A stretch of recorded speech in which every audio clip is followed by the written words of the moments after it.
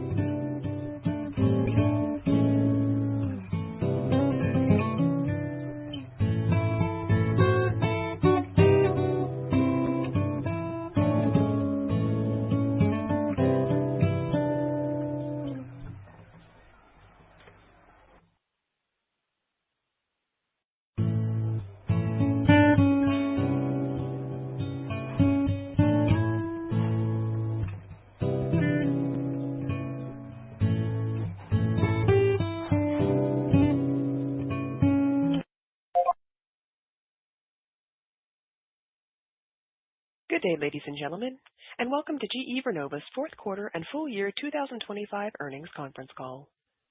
At this time, all participants are in a listen-only mode. My name is Liz, and I will be your conference coordinator today. If you experience issues with the webcast slides refreshing or there appears to be delays in the slide advancement, please hit F5 on your keyboard to refresh. As a reminder, this conference is being recorded. I'd now like to turn the program over to your host for today's conference, Michael Lapidus, Vice President of Investor Relations. Please proceed. Welcome to GE Vernova's fourth quarter 2025 earnings call.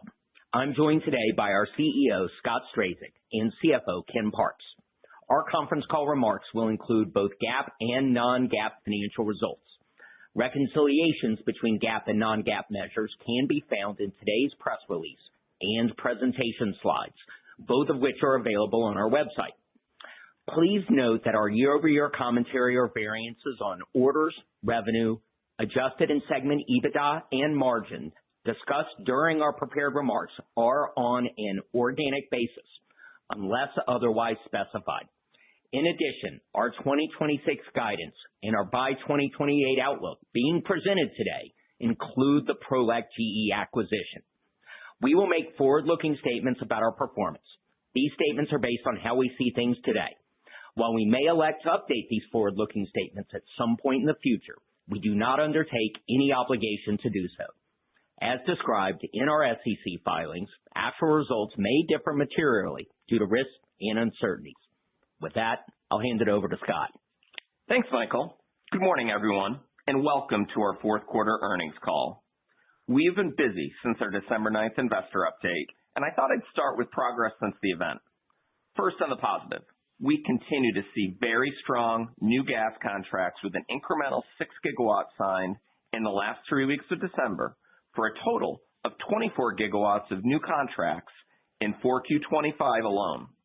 We also ended the year with strong orders in both electrification and wind. Electrification had its largest order quarter in its history, and wind had its largest order quarter of 25. On the negative, we have been impacted by the U.S. government's halting of all offshore wind activity on December 22nd, which led to us booking an incremental accrual in 4Q for costs associated with the delay on the Vineyard Wind project. Ken will talk more about this in his section. I'm pleased that our Prolec GE acquisition has received rapid approval from all required jurisdictions. This will allow us to close the acquisition on Monday, February 2nd. Taking all this into consideration, we are raising our full year 26 financial guidance, which now includes GE Vernova's full ownership and operation of Prolec for 11 months in 26. Taken in totality, the last 3 weeks of December since our last update were a reasonable proxy for our 25 performance in total. Strong growth in our largest, most profitable businesses, with momentum continuing. Challenges in wind that we are continuing to combat, with accretive capital allocation, with the approvals required to close our first sizable acquisition as a standalone public company. 25 sets us up for substantially more profitable growth moving forward. In 25, we increased our total backlog by over 25%, or $31 billion to $150 billion, with robust, profitable order growth in power and electrification, further underscoring our momentum as we kick off 26. In power, we continue to see accelerating demand and favorable pricing trends for both equipment and services as customers invest in new units and existing assets. In 4Q, gas power equipment backlog and slot reservations increased from 62 to 83 gigawatts sequentially, primarily due to strong U.S. demand, but also with agreements in the Middle East, Vietnam, and Taiwan, with backlog increasing from 33 to 40 gigawatts and SRAs increasing from 29 to 43 gigawatts. We expect to reach approximately 100 gigawatts under contract in 26, under the assumption we'll ship high teens in gigawatts this year, with new contracts north of 30 gigawatts. In 4Q, We grew our power services backlog to $70 billion, up $5 billion sequentially and $9 billion year over year. This increase was mainly driven by strength in gas, with customers investing in fleets and signing new long-term service agreements at favorable pricing, which drove strong, high-margin services backlog growth. In electrification, customers are working to keep pace with growing electricity demand, grid stability needs, and national security interests. In 4Q, we grew the segment's total backlog to $35 billion, up $4 billion sequentially and $11 billion year over year, representing electrification's largest growth quarter on a dollar basis in 25. Importantly, we are seeing demand across the segment for grid and data center equipment, both with traditional customers globally and hyperscalers, primarily in the U.S. Of note, over $2 billion of electrification's orders were signed directly for data centers in 25, more than triple the 24 total. We also signed large deals for providing grid resilience and reliability solutions in Saudi Arabia and Australia, an HVDC contract in Germany, and a large grid equipment contract in Iraq in the year. In wind, we received approximately $3 billion of orders in 4Q, the largest of the year for the segment. In onshore, we continue to receive tech selects for repowering and new units as customers utilize safe harbor and initiate physical work for approximately 10 gigawatts of repowering opportunities in the U.S. The team is focused on what we can control. Taken together, our pathway to substantially more profitable growth is right in front of us. I'll talk about this more on page 5 with the growth of margin in our equipment backlog, including $8 billion of incremental margin added to our equipment backlog in 25. I'm also pleased with the returns that our 25 investments are yielding. On the CapEx side, we remain on track to see a substantial step up in gas turbine output in 3Q 26. We installed over 200 new machines in our factories while adding nearly 1,000 new production workers in 25. We plan on adding an incremental 200 machines and over 500 production workers in 26. Electrification is on track with its growth, delivering more than 25% revenue growth in 25 with a clear pathway to deliver $13.5 to $14 billion in revenue, representing 20% organic growth, plus approximately $3 billion from ProElect GE in 26. Our investments in automation and robotics are advancing at scale, and AI is starting to gain momentum in our engineering organizations and back office functions. Our advanced research center is progressing future businesses for us. This includes direct air capture, where we already have a facility up and running, real momentum in our solid-state transformer program, and a good technical progress on our fuel cell program in Malta, New York. We are making all of these investments from a position of financial strength, ending the year with almost $9 billion in cash. In 25, we were able to return $3.6 billion to our shareholders while repurchasing more than 8 million of our shares. We continue to see substantial opportunity to create value, including through incremental investments with strong returns. A few more comments on our financial performance on page 4. We booked $59 billion of orders, up 34% year over year. We also grew our revenue by 9% year over year to $38 billion, with growth in both equipment and services, while increasing our adjusted EBITDA margin by 210 basis points year over year. We generated $3.7 billion in free cash flow, more than double our prior year, while investing more than $2 billion in R&D and CapEx. We are increasing our 26 guidance and by 28 outlook, which now includes ProElect GE. Ken will speak to this more in a moment. And as announced, we are doubling our dividend in 26 versus 25 and have increased our stock buyback authorization to $10 billion from the previously approved $6 billion program. One of the primary drivers of our conviction on our path forward is the significant growth and margin expansion in our equipment backlog again in 25, which I will touch on in the next page. On page 5, we show the growth of margin in our equipment backlog consistent with our practice from last January. We started 25 with the expectation to increase our margin dollars in equipment backlog above our run rate in the prior 2 years. We achieved that expectation, adding $8 billion in equipment backlog margin dollars in 25, more than the prior 2 years combined.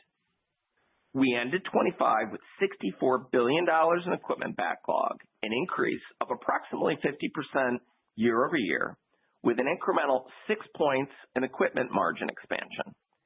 This included 11 points of growth in power, mainly driven by our gas power business. We expect significant growth again in power and electrification's backlog in 26 at better margins as we convert higher-priced gas slot reservation agreements into orders and benefit from strong demand and pricing for grid equipment. These businesses' longer equipment cycles mean that we will not begin delivering on the majority of the higher margin orders placed in 24 and 25 until 27 and beyond. In wind, we expect relatively stable margins this year and for backlog to decrease as we execute on the remaining unprofitable offshore wind backlog and project a smaller onshore wind backlog given the recent softness in U.S. orders. As we noted in December, we see incremental opportunity for the teams to expand margins that are not projected in our backlog today. This includes our operating teams delivering our backlog with variable cost productivity versus known cost today, accelerating capacity additions, leveraging lean to sell incremental slots, and a recovery in U.S. onshore wind orders. In summary, good progress in 25, and we are excited about what's ahead.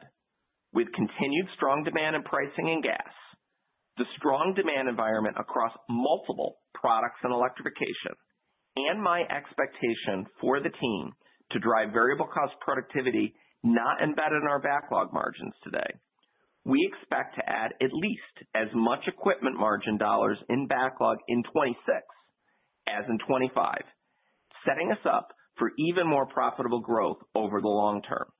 Said differently, in totality, the equipment margin and backlog from 23 to 26, those 4 years, will add at least $22 billion in equipment margin, driving future profitable growth. With that, I will turn the call over to Ken for more details on our full year and fourth quarter performance, as well as our financial outlook. Thanks, Scott.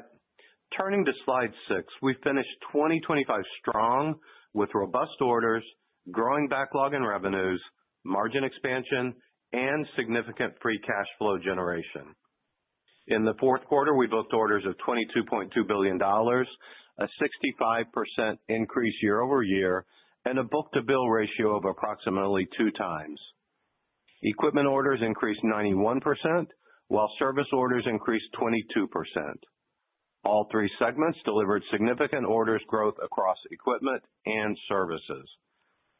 As Scott mentioned, our backlog expanded to $150 billion, a year-over-year and sequential increase, with equipment backlog increasing to $64 billion, up approximately $21 billion and 50% year-over-year, while our services backlog grew $10 billion, or 13% year-over-year, to $86 billion, led by power.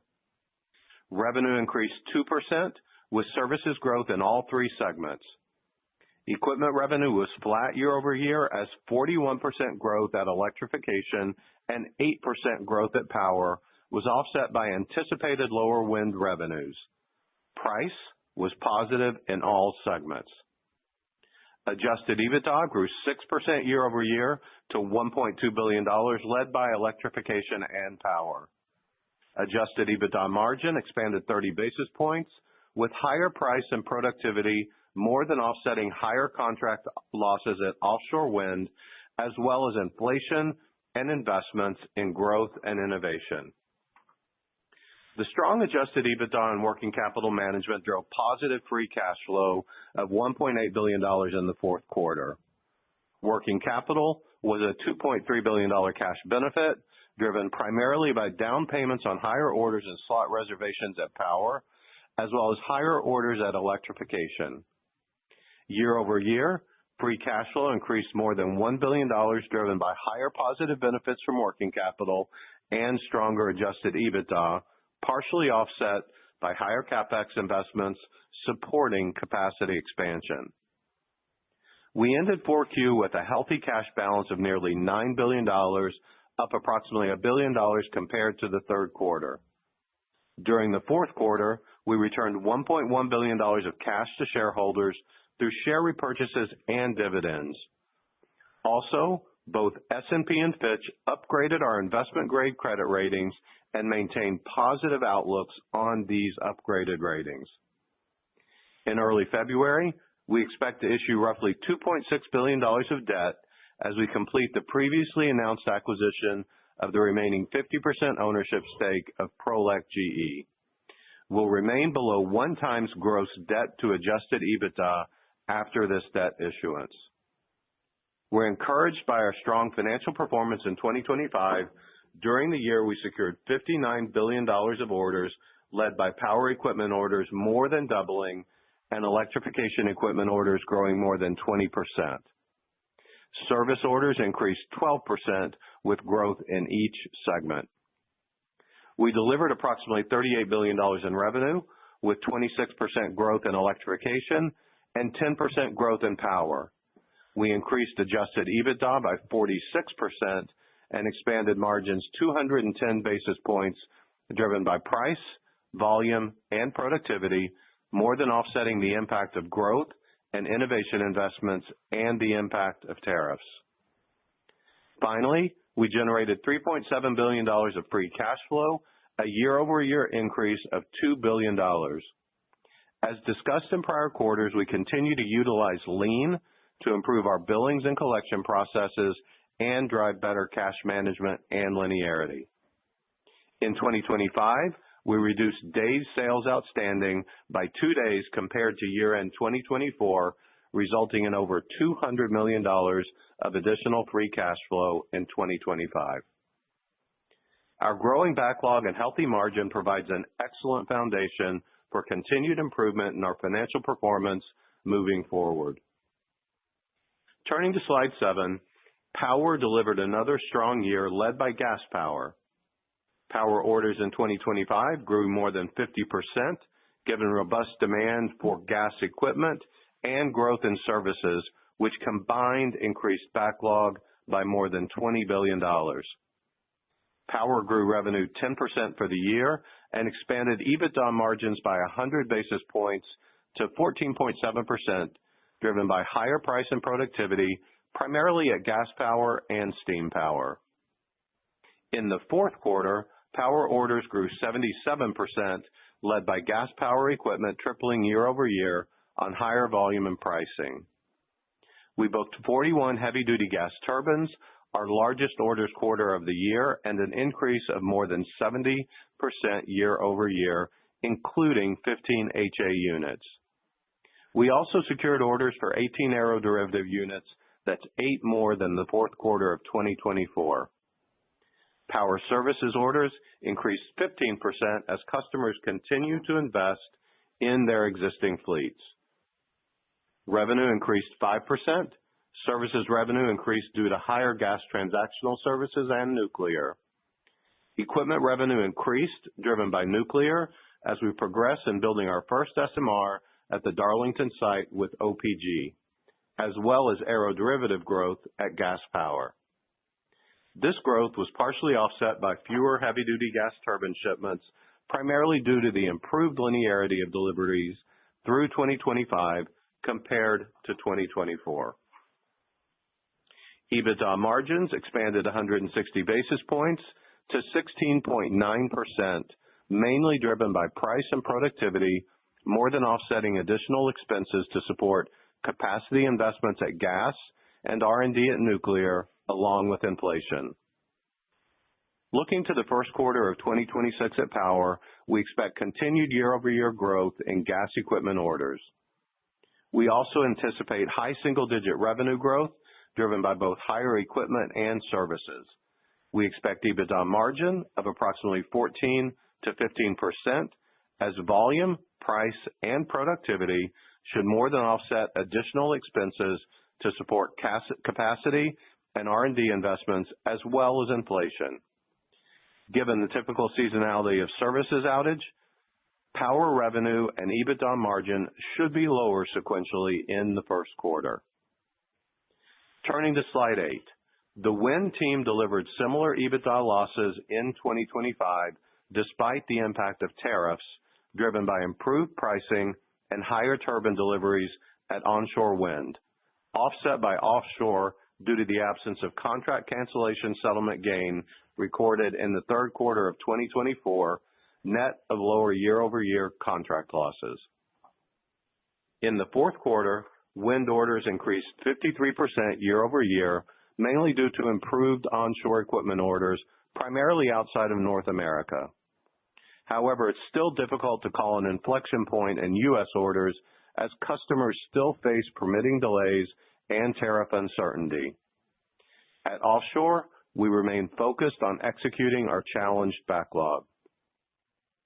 Wind revenue decreased 25% in the quarter given lower onshore equipment deliveries as a result of softening orders over the last year.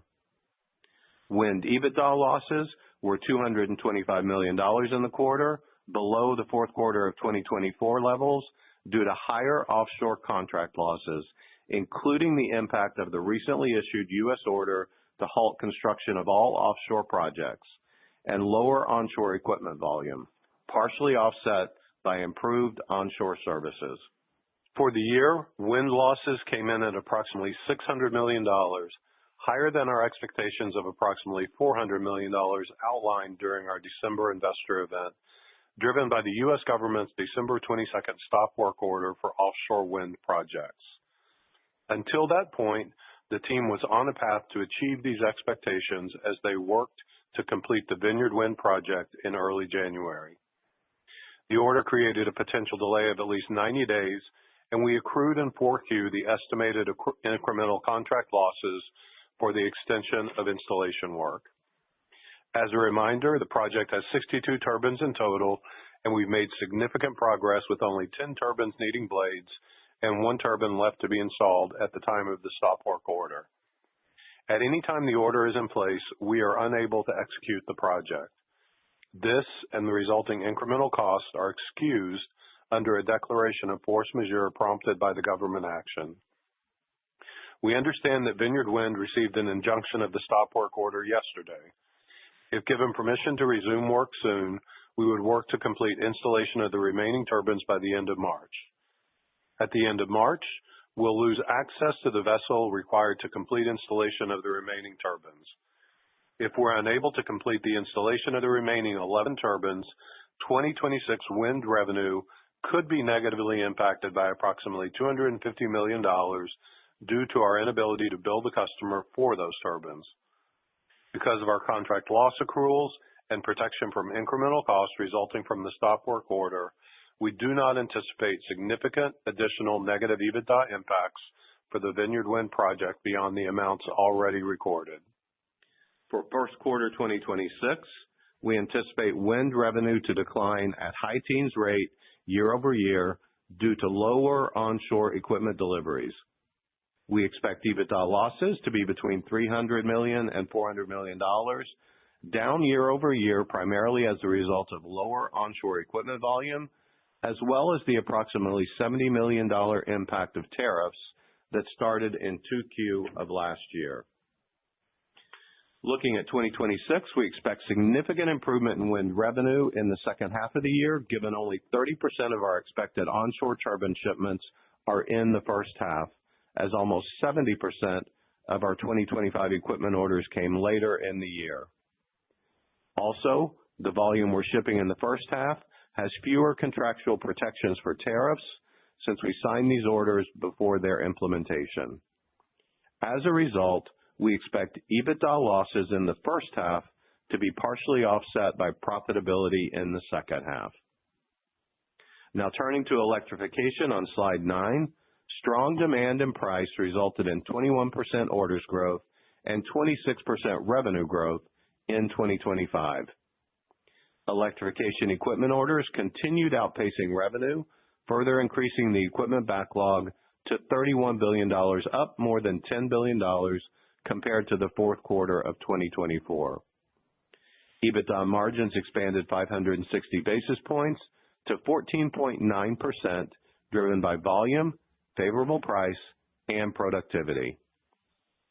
In the fourth quarter, orders remained strong at roughly 2.5 times revenue and increased 50% year-over-year to approximately $7.4 billion due to growing grid equipment demand, particularly for synchronous condensers, substations partially to support data center growth, and switchgear. We saw strong equipment orders growth in the Middle East, which increased over $1 billion, and in North America, which more than doubled year-over-year. Revenue increased 32% with growth across all regions. We saw strong volume and higher price driven by switchgear and HVDC equipment. EBITDA increased 63% in the quarter with margin expansion of 320 basis points to 17.1%. Margin expansion was led by more profitable volume, productivity, and favorable pricing. Looking to the first quarter of 2026, we anticipate continued solid equipment orders with healthy margins. First quarter electrification revenues should be similar to the fourth quarter of 2025 as we include Prolec GE, resulting in a significant year-over-year increase. We expect continued strong EBITDA margin expansion to 16%-17% from volume, price, and productivity. Moving to slide 10 to discuss GE Vernova guidance. For the first quarter of 2026, based on our expectations for the segments as already outlined, we expect continued year-over-year revenue growth and adjusted EBITDA margin expansion. We also expect to deliver positive free cash flow in the first quarter of 2026, given our ongoing focus on aligning the timing of inflows and outflows, along with the impact of down payments, which correlate with the timing of orders. For the full year, we're increasing our 2026 guidance provided in December to now include the Prolec GE acquisition. We now expect full year 2026 revenue to be in the range of $44 billion-$45 billion, up from $41 billion-$42 billion, with growth in both services and equipment. We continue to expect adjusted EBITDA margins of 11%-13% as we deliver our growing backlog with favorable pricing plus improved operational execution. We're also increasing our free cash flow guidance to between $5 and $5.5 billion, up from $4.5 to $5 billion. By segment, we continue to expect 16%-18% of organic revenue growth in power, driven by gas power. We anticipate power EBITDA margins to be between 16% and 18% as positive price, increased volume leverage, and productivity more than offset inflationary impacts and the additional expenses for AI, automation, and increased production. In electrification, we now anticipate revenue to be between $13.5 and $14 billion, which represents 20% organic growth, plus approximately $3 billion of revenue from Prolec GE. We continue to expect EBITDA margin to expand to 17%-19% as we deliver our more profitable backlog. In wind, organic revenue is expected to be down low double digits due to decreased onshore equipment revenues given the softness in orders. But we expect EBITDA losses to be approximately $400 million in 2026, which is consistent with our expectations discussed in December, as improvement in onshore wind services and offshore wind offset the lower onshore equipment volume. We expect 2026 GEV adjusted EBITDA to be more second-half weighted than 2025, with the highest revenue and EBITDA in the fourth quarter of 26. We expect higher second half gas power revenue as we ship more gas turbines in the second half of the year as we increase annual production capacity to approximately 20 gigawatts starting in mid-year 26. We also anticipate typical gas services seasonality with the highest outage volume in the fourth quarter. We continue to expect electrification EBITDA to increase sequentially through the year following the completion of the Prolec GE acquisition. And as mentioned earlier in wind, we expect higher second half onshore turbine shipments given our recent orders profile and better services profitability. At corporate, costs are typically uneven across quarters due to compensation timing and portfolio activity at our financial services business. We expect full year 2026 corporate costs to be between $450 and $500 million as we continue investing in AI, robotics, and automation to drive productivity over the medium and long term. Turning to slide 11, we're also increasing our by 2028 outlook to include Prolec GE. We now project at least $56 billion of total revenue by 2028, up from $52 billion, implying a low teens growth CAGR through 2028, and we still expect to achieve adjusted EBITDA margins of 20%. We're increasing our cumulative GE Vernova free cash flow generation from 25 to 28 by approximately $2 billion to at least $24 billion, which incorporates nearly $1 billion of incremental CapEx from Prolec GE to support increased transformer production. This brings our expected cumulative CapEx and R&D investments through this period to approximately $11 billion. At electrification, by incorporating Prolec GE into our 28 by 28 outlook, we now expect approximately $4 billion of incremental revenue on top of high teens organic growth, and we maintain expectations for 22% EBITDA margins. We're not including any synergies from the Prolec acquisition into our updated outlook, but we see real opportunities in both revenues as well as costs. Overall, the combination of rising demand combined with the consistently stronger execution, investments into our business, and the acquisition of Prolec GE sets us up nicely going forward. With that, I'll turn it back to Scott. Thanks, Ken. To wrap, few themes. We are executing well in the early stages of our multi-year growth trajectory. This is evidenced in the $150 billion backlog we enter 26 with versus roughly $100 billion in backlog that we entered 22 with after the announcement of our spin from GE in November of 21. Just think about that for a moment. Just over 4 years ago, we announced our separation from GE, and today, our backlog is 50% larger than it was upon the time of the spin announcement. The steepness of our growth trajectory is probably best evidenced in our electrification segment, which I often say has been the largest beneficiary of GEV working as one purpose-built, focused company, now better linking the commercial muscle and customer relationships of our power and wind businesses with the electrification solutions we provide. Electrification generated about $5 billion in revenue in 22, and we now expect that number to be $13.5 to $14 billion in 26, and we are just getting started. But this isn't about growth for growth's sake. In the last 3 years alone, we've more than doubled our GEV equipment backlog, adding over $14 billion in future margin dollars in this backlog, while adding $13 billion in high-margin services backlog over the same period.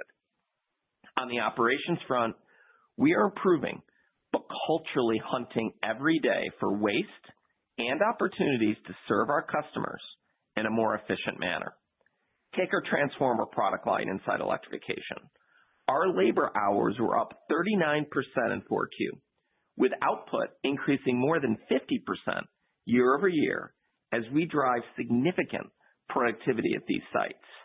And we now see real opportunity to apply a similar playbook to the 5 large factories we are acquiring with Prolec GE. In onshore wind, our critical customer-facing events are down over 50% in 25 versus 24, and the business is well positioned to deliver a much more profitable services business in 26. But we also are running the business with the humility to acknowledge we continue to have real opportunity to improve on our execution in areas like offshore wind as we complete our only 2 projects. We are doing all of this while investing across the near, mid, and long-term horizons. Our customers and investors will see substantial value creation from our increased gas turbine output starting in 3Q26. These incremental returns are right in front of us, less than 180 days from now. Other investments we are making are just starting to take shape, but I have high confidence that our automation and AI investment returns will grow in 27, becoming a bigger part of our margin expansion in 28. These investment returns are not included in our 28 financial outlook today. And as we invest in these time horizons, we also are investing in businesses for the next decade. We expect SMR to contribute meaningfully to the top line of our power business in the next decade. We're making real progress in construction of our first plant in Ontario today while continuing to invest in the engineering to drive down the cost of the product for the long term. Nuclear was a drag on Power's 25 margins, and we expect 26 to be directionally similar. But our customers and investors will see this value in the next decade. Similar theme with our solid-state transformer product line. We've completed production of our first unit, and just 2 weeks ago, I visited our new testing facility in upstate New York that we'll be using to test and validate the performance of this first unit before delivering the completed solution to our hyperscaler customer in the autumn of this year.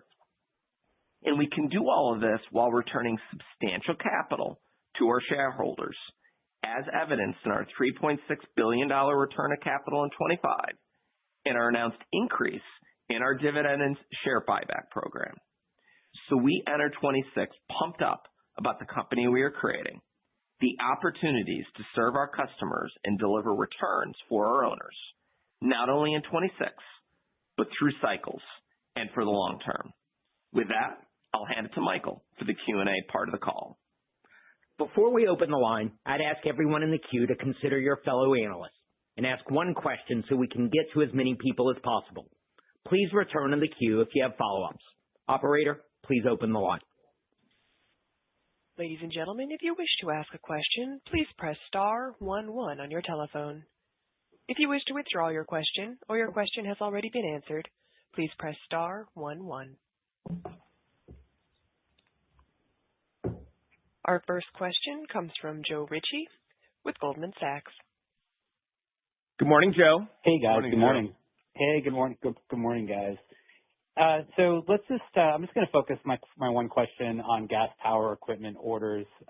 Clearly incredible momentum in 2025. I think your original expectation was for backlog and for SRAs to be roughly around 60 gigawatts, and you ended at 83.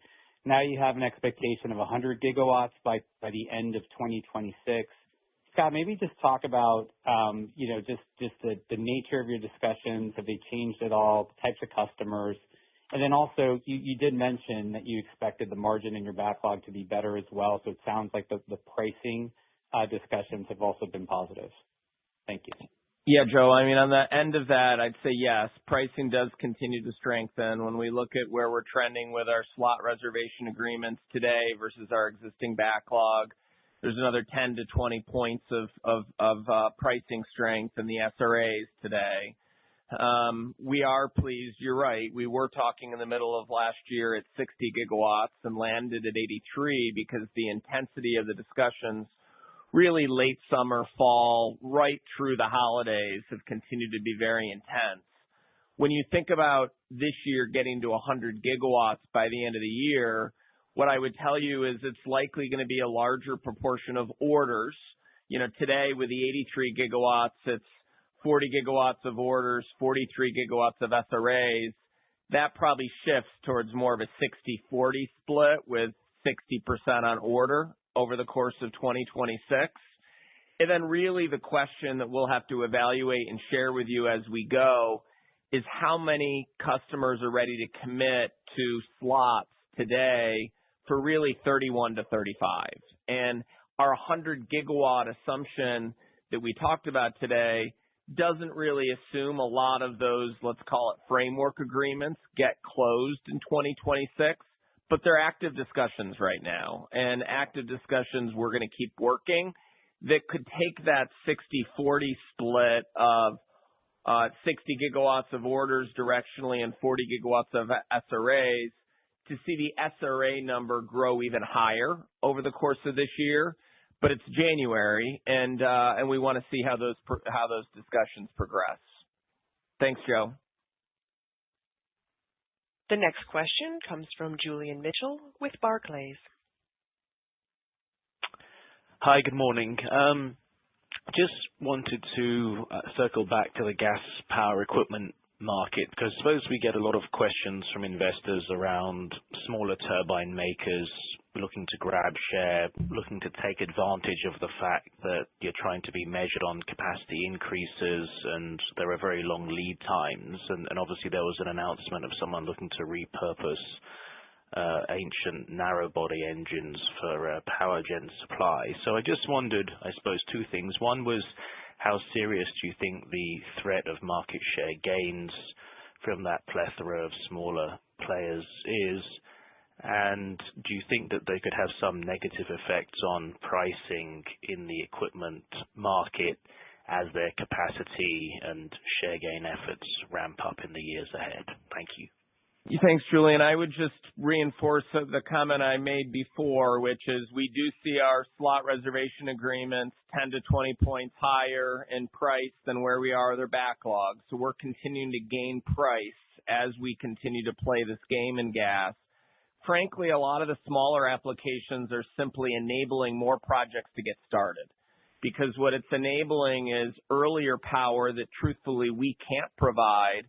But then on the back end, as the heavy-duty gas turbines are available, those smaller applications will become the reliability solution on the back of on the heavy-duty gas turbines. So what we talk about every day is this is about economics, and when you're underwriting 20-year business cases, efficiency matters a lot when you're running these units at base load.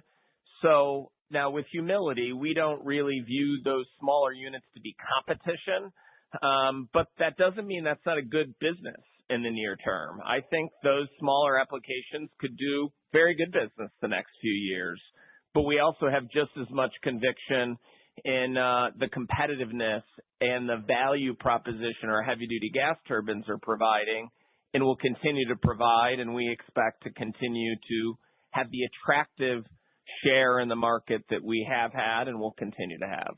And Julian, I know you know this, but we obviously play in a piece of that as well, right? So we have aeroderivative units, and I think last year we booked orders for about 63 of those, which was up significantly year over year. Because of us playing in that market, it informs those comments that Scott just made, which is we know how the customers are thinking about utilizing that equipment in the midterm. The next question comes from Nigel Coe with Wolfe Research. Thanks. Good morning. So my one question is on the backlog margins, specifically for power. So 11 points of improvement year over year is really impressive. Maybe just can you talk about the 17 points of improvement since year-end 22? The starting point would have been about a break-even. I just want to confirm that. And then based on where you're pricing turbines today, would you expect backlog margin to continue improving in 2026? That's fair that directionally the starting point's approximately break even, and most definitely we expect the margins in equipment backlog and power to continue to grow at a very healthy clip in 26. And that's why we articulated on the call that we expect to add at least as much equipment margin and backlog in 26, i.e. at least $8 billion this year as we did last year. And we get excited about that not only on the equipment side of it, but if you think about the pricing on the service contract that comes along with a new heavy-duty gas turbine, as the pricing is accelerating on the equipment itself, as we sign those new contracts for service orders, we'll see incremental pricing there. So your point is exactly right. We're seeing accretion in margins on the equipment.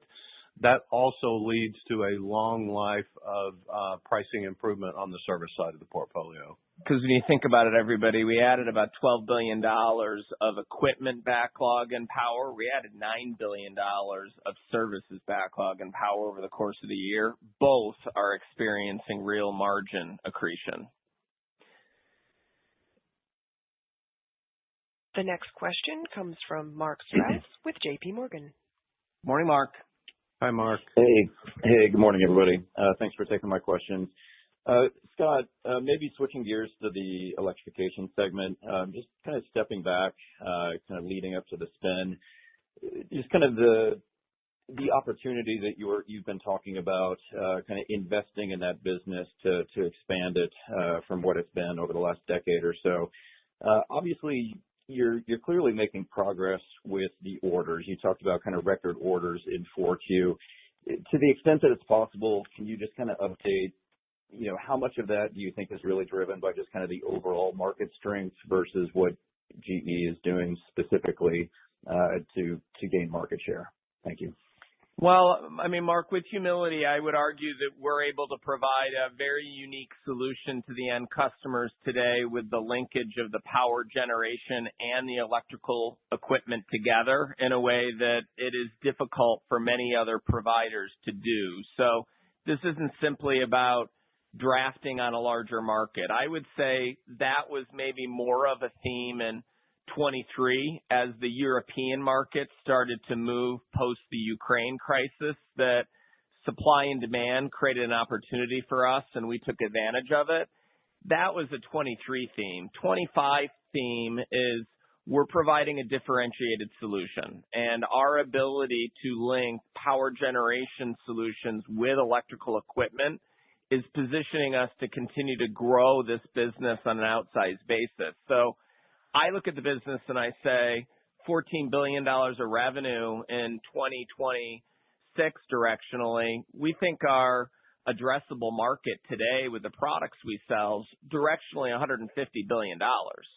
So, I mean, we're at like 10% of our directional market, and there's a lot we can do. Now, yeah, to earn that, we've got to get better with our operations, and that's why we talked about the fact that from 24 to 28, we're doubling our output with transformers and switchgears, and most of that is coming from more shifts, more investments in how we operate that helps. And at the same time, we talked about things like solid-state transformers in December. I mentioned it in my prepared remarks. 2 weeks ago, I saw our first product that's completed. We'll be testing it over the course of the summer before we deliver it to the hyperscaler customer. That could be a substantial order for us with a new product line in 2027 for deliveries later in the decade. So I continue to grow my optimism and, frankly, my expectations with how material this is as a part of GE Vernova, and we're going to keep leaning into this business. And then it's a great opportunity to think about the Prolec acquisition, right? Because you talked about what are we able to do not only just from a market, but from a GEV perspective, bringing things together. This was one of the primary reasons that we were so excited about the Prolec acquisition, because there were terms and conditions around the arrangement which allowed us to keep things within certain markets. That now that it's totally going to be consolidated by GEV and fully owned by GEV, we're able to optimize where we can have transformers go around the world. So that's a really good thing. But one of the other opportunities as well is Prolec is a provider of distribution transformers, which are a key part of what's going into data centers. So this opportunity of bringing GEV together and how it's benefiting the electrification business runs right exactly to what Scott says, but it gave me the opportunity to remind everybody what the importance of this Prolec acquisition is.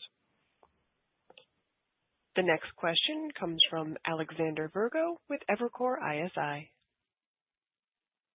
Yeah, thanks. Morning, everybody, and appreciate you taking the question. Morning, Alexander. Hi. Can we stay on electrification, please? And just integrating Prolec, I'm surprised there hasn't been a little bit more of an accretion on the original margin guidance. So I wondered if you could just talk a little bit about costs to integrate and investment that you might need to do to make sure that you get the benefit of what you've just talked about, and think about how that margin profile might look as we look out to the 2028 guidance. Thanks very much. I mean, Alexander, I'd just start by saying no change from the expectations from Prolec from what we talked about when we closed the deal in October. The reality is we could have a little bit of debate as to, whether we wanted to change the margin guide by basis points to be exact to where we had framed things up in October. What I would just interpret is this gives us even more opportunity to outperform over the course of 26. I wouldn't overthink that there's been any change in the financial contribution from Prolec in 11 months of, call it, the 26 or at all the 28 expectations. Frankly, if anything, we've had a very productive 3 months of integration meetings and are very excited for this to be part of the company on Monday. The next question comes from David Arcaro with Morgan Stanley. Morning, David. Morning, David. Hey, good morning. Thanks so much. I was wondering if you could touch on the nuclear space. We've seen a lot of momentum on the policy side, deal side, in the SMR space. Wondering if you could talk to your project opportunities. Have things accelerated? Could there be opportunities for more SMR deals to come? Thanks. David, the opportunity is great. The discussions are progressing. What I would say with nuclear may be a little bit different than gas and grid because we're really restarting an industry here in the Western world, is they're progressing, they're sequential, there's a lot of terms and conditions that are being discussed. We're working very closely with the U.S. administration that is very determined to restart a nuclear industry in the U.S., and we're very motivated to serve them on that path. We're also having productive conversations in Sweden, in Poland today that we're very optimistic about going forward. But it may take a little while before they translate to announcements. So we're into a new year. We're working hard with a number of both governments and customer archetypes, including the hyperscalers, on what this can mean for them. And let's call it the first half of the next decade. So opportunity pipeline growing, but the timing to close is going to be a little bit different than the intensity of the close velocity right now with gas and grid. The next question comes from Nicole DeBlase with Deutsche Bank. Yeah, thanks. Good morning, guys. Morning, Nicole. Morning. Scott, I wanted to get your thoughts on something a bit higher level. A few weeks ago, we had this announcement from Trump kind of pushing for an emergency power auction. I'm really curious about your reaction to that, both with respect to the potential impact on gas power demand, the market in the U.S., as well as GEV. Thank you.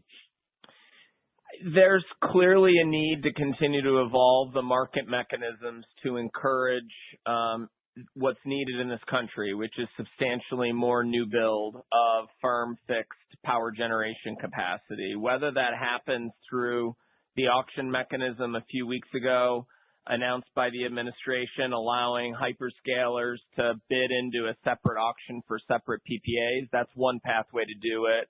Do we probably need in a number of markets a capacity auction mechanism that provides more years of revenue guarantee for more build to happen today? Definitely.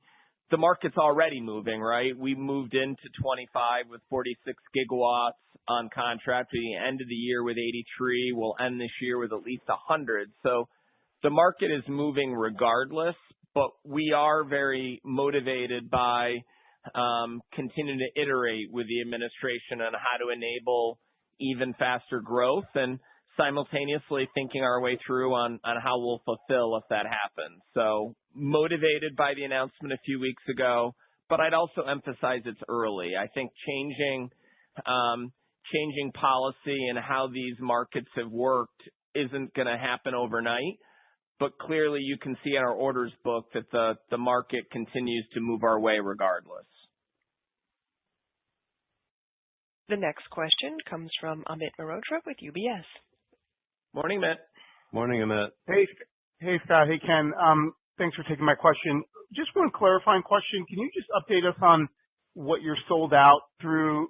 I think last time it was 2028 on both heavy duty and aeroderivatives. I mean, these backlog numbers are eye-popping, so I assume we're going out quite further. And then just one clarification on electrification. I know you talked about it earlier, but it just seems like the organic growth expectations have maybe come down for 26 when you include Prolec in there, relative to the 20% you had last year. Maybe I'm doing my math wrong, but if you could just clarify that point, that'd be helpful. Let me do the last part first, and then I'll hand it back to Scott. No, the organic growth expectations haven't come down. When we give you the organic growth number, we're giving it to you without Prolec. So to make that easy, we're saying the organic growth for electrification, and then just add the $3 billion on top of it. So there's been no change in the expectations for electrification negatively. And they've demonstrated an ability to outperform, the last few years with their ramp. Let's see how they do this year. But yeah, no change, Amit, from December 9th. On the gas capacity, the reality is the 83 gigawatts that we now have on capacity is certainly very heavily playing into 29, but there are slots in 30 and beyond that are also secured. So we do continue to have capacity available today at 83 gigawatts on contract for 2029. That said, by the time we get to 100 gigawatts, which we're now projecting by the end of the year, that 100 gigawatts directionally will have both 29 and 30 largely sold out based on where we see it today. But sitting here today on January 28th, there are still slots available for 2029. Operator, we have time for one more question, please. This question comes from the line of Andrew Kaplowitz with Citigroup. Morning, Andrew. Good morning. Thanks for fitting me in. Scott, can you give us more color in your assessment of how your teams are doing on that variable cost productivity that you talk about and what that might mean for the next couple of years? Obviously, you've reiterated those 22% EBITDA margin targets for 28 in power and electrification, still early days on lean. But what are you seeing on the ground as you begin to ramp up capacity more significantly? Can you remind us how your contracts are structured for rising commodity costs? Well, the commodity cost to a large extent, I would say, from when we take orders, Andrew, to a large extent, we lock in with the suppliers the price, so it's generally matched. The only exception to that is with our long-term service contracts, and those have material escalators attached with them. So on our $150 billion backlog, we feel very good about our protection for material inflation. Now, on our variable cost productivity journey on where we are, it's a very good and timely question. We'll have our February operating reviews with our business teams next week, and that is the main event, or one of our main events. If I assess where we are right now, I would say with a backlog that's grown by 50% in the last 4 years, the team has been making very good progress in our ability to fulfill on that. And that's when we talk about seeing the gas ramp up in the third quarter of 26, we'll hit that. Doubling transformers and switch gears 24 to 28, we'll hit that. Now, can we be even more effective with our sourcing leverage here now that we're at this level of scale? And do I have a high degree of expectations that the sourcing productivity will contribute even more to our margin expansion when we show you that chart that we showed you today on backlog and margin 12 months from now? The answer is yes. But there's a maturation process here between investments in the factories for output and fulfillment, feeling very good, somewhat countered with how strategically forward-thinking our teams are with sourcing savings, that I think we've got a few miles still to go together. That is good news in the sense that it's opportunity, an opportunity for us to get better, and something I look forward to updating everyone on as we go through that journey together in 2026. Before we wrap up, let me turn it back to Scott for closing comments. Michael, thank you. Everybody, I would just start again with our customers. We are humbled with their confidence in us to drive that $150 billion backlog to the 75,000 employees we have today that I'm proud to represent every day, as is Ken, in these meetings. For everybody on the call, we appreciate your continued interest in GE Vernova, and I hope you can hear in our voices both a combination of humility and hunger that we have as we go into a new year, that there's a lot of work to do. We're ready to do that work, and we look forward to interacting with all of you throughout 2026. Thanks, everyone. Thank you. Thank you, ladies and gentlemen. This concludes today's conference. Thank you for participating. You may now disconnect.